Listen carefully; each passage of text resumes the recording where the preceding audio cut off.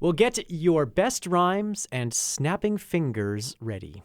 The Winnipeg Poetry Slam returns for its first open mic night of 2025 tonight at the Handsome Daughter on Sherbrooke Street. While amateur poets can share their newest ruminations on the world in poetic form, there's also a high-stakes competition brewing to see who represents Winnipeg on the national stage.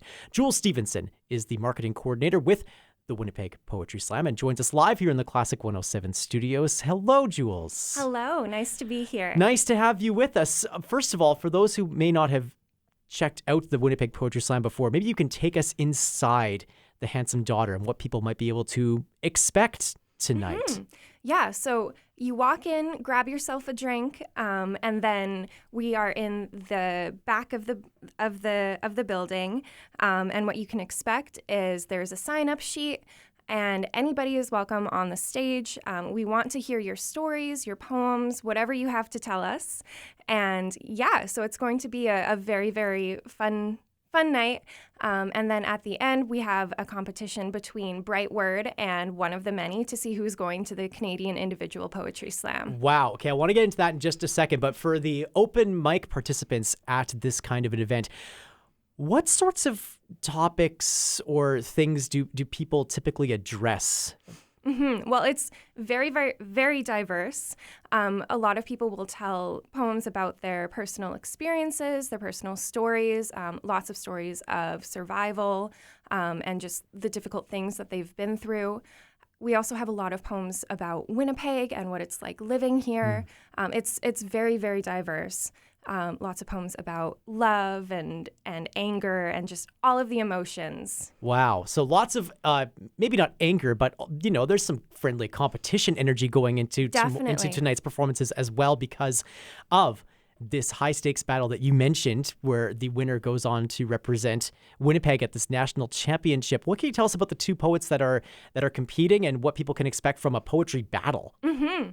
So we have two fantastic poets who are competing. We had a qualifier at the end of last year, and they ended up in a tie, which was absolutely crazy. So Bright Word is an absolutely amazing poet. A lot of his poems are very sweet. It's very much about love, and it's just it warms your heart to listen to him.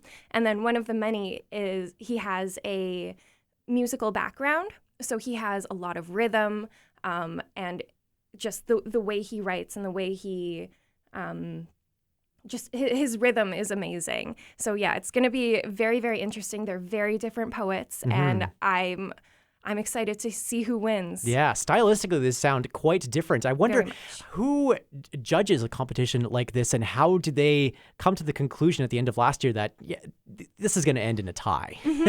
So the judges are actually random audience members. Wow. And so at the end of each poem, our host will ask them to lift up their cards and give the score. It's between 0 and 10. And yeah, it's usually a very, very close competition, but we haven't had a tie like that before. That's so exciting.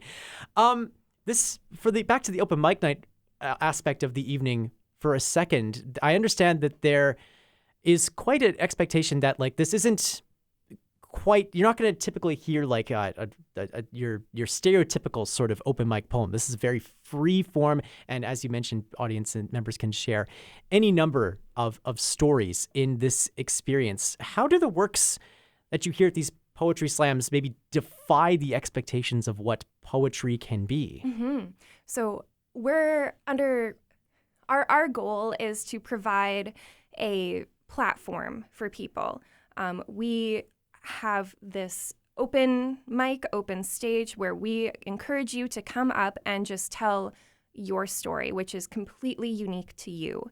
And so because of that, we have a lot of very, very interesting, very, very different poems and poets who come up, and every single one is different and it hits you in a different way. And it's just, it's absolutely amazing. Yeah.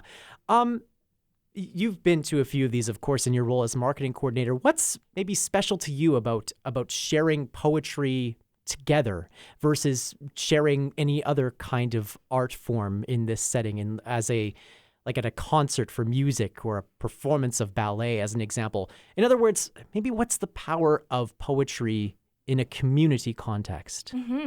So, with the Winnipeg Poetry Slam, we were shut down with COVID, as with so many other arts organizations and events. And when we came back, our goal really was to provide the space for people. And the thing with poetry is that every single poet is different. Whereas with like a concert, you have your music, which is already set out. It's very cohesive. But poetry, like anything can walk through the door.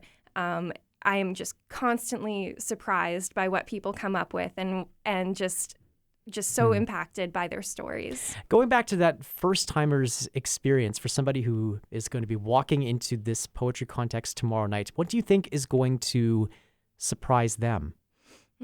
I would say the environment can be a little bit surprising. A lot of people are very scared to go up on that stage at first, but no matter what, like we are just so happy that you are up there. It's such a warm, welcoming community. We are going to snap for you no matter what. If you forget a line, we don't care. We are going to encourage you until you get back on track.